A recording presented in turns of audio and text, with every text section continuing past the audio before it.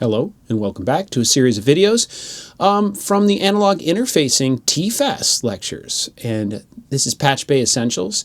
Obviously every studio, every professional studio of any worth has a Patchbay, and so you audio students should certainly know a little bit about them and the different types you might encounter in different studios. At the low end, at the consumer market, the kind of thing you might be able to afford for your home studio as a beginner is a 1/4-inch bay where you use guitar-style cables. This one shown here, these are actually Behringer bays, so they're very affordable, not a lot of money. Often they use plastic connectors, plastic parts, they break. And there's the one big issue with 1/4-inch bays is that the connectors are big, so you don't get a lot of points on the bay. In fact, you get half as many as you would with the TT bay. So about as much as you can see is 24 patches across the top. So 48, 24 on the top and 48 on the bottom. Another issue with these bays is that they're often 1/4-inch on the back as well. So you have to double your number of 1/4-inch cables you own to set up a patch bay in your home studio, and then you kind of move the rack, to get behind the rack or whatever, and that pulls on the cables, and the cables get pulled out of the patch bay. And that's always really difficult and frustrating when your patch bay doesn't work. You spend all that time and money investing in a patch bay, and you end up unplugging cables from the rear of it. So anyway, I would say if you like patch bays and you think you want one in your home studio, don't go with the 1/4-inch bay. It's just not worth the hassle. At the Pro World, obviously we use TT, tiny telephone, twice as many patch points in a TT bay as in a 1/4-inch bay. So you can get 48 per strip or 96 for the whole double road bay. So quite a bit more connectors.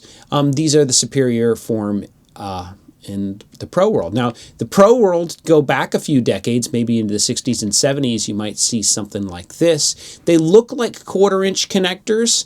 They're kind of 1/4-inch in size, but they've got a little nobule right there. They're kind of bulbous, if you would. So they're like big 1/4-inch connectors. These have various names. I'm not actually sure what they're called. They're called Bantam, they're called B-gauge, they're called military, or just simply TRS. They're very similar to 1/4-inch plugs, but you don't want to put this 1/4-inch plug in your guitar. It will destroy the connector, destroy the jack. So anyway, these were really popular, and here at NESCOM, we still have a few of these in various patch bays, not in the studios. They're kind of hiding in random spots. A lot of them we've taken out, and of course, we've got lots of TT bays.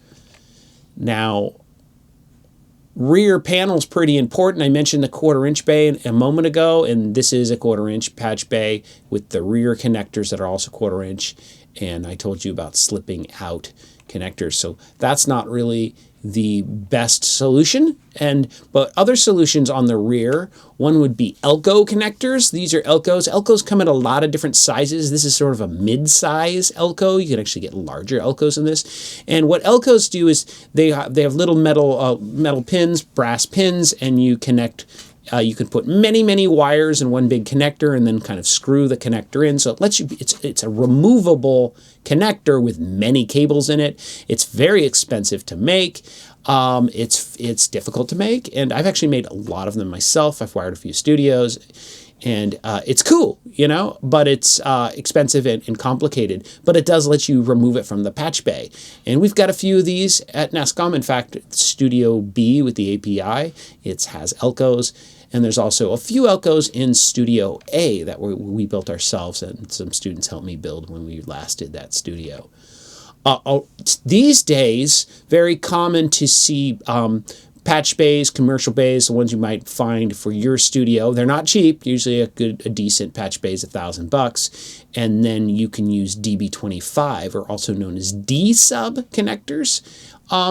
And these can screw in, and it's pretty cool. So, 8 cables at a time go into one of these things. And we have a bunch of these on campus as well. In Studio C, part of the bay is all D-subs. So it's okay. There's some negatives to it as well. It's hard to get your fingers in there to tighten it and remove it. And the cables can be expensive, and they're kind of a pain to make yourself.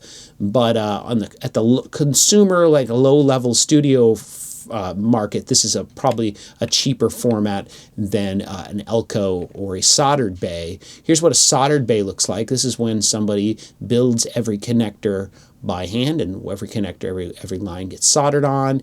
And if done right, this is the best solution. It's most secure. It's least likely to break. And we do we have a couple bays like this, but Studio A with the API and upstairs in the fish room, it's all solder terminal. Very expensive. To give you an idea how expensive it is, say the fish room upstairs probably costs about $4,000 to build, and the cabling, you hire a professional to do it. I've actually done a bunch of work doing these, and I've had work studies over the years building these for the studios at NESCOM as well. So they're soldered on, and it's pretty cool, and it's definitely the superior way to do it.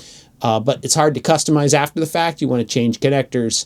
It's a lot of work. Another option, this is we have some of this at NESCOM. Look behind in the machine room in studio, next to Studio B, you'll see one of these things. These are punch block. To the front, the connection to the bay is soldered on there, so that's a manual, handmade connection there. And then on this end, they're punch blocks, and punch blocks let you put little wire jumpers across there, and a little tool sticks it on there. So this lets you reconfigure the bay pretty quickly on this end, but again, it's incredibly expensive and it's pretty permanent. So it does allow modification. All right. So I'll pause right there, and we'll start up with another section of the Patch Bay video in a moment. Thank you.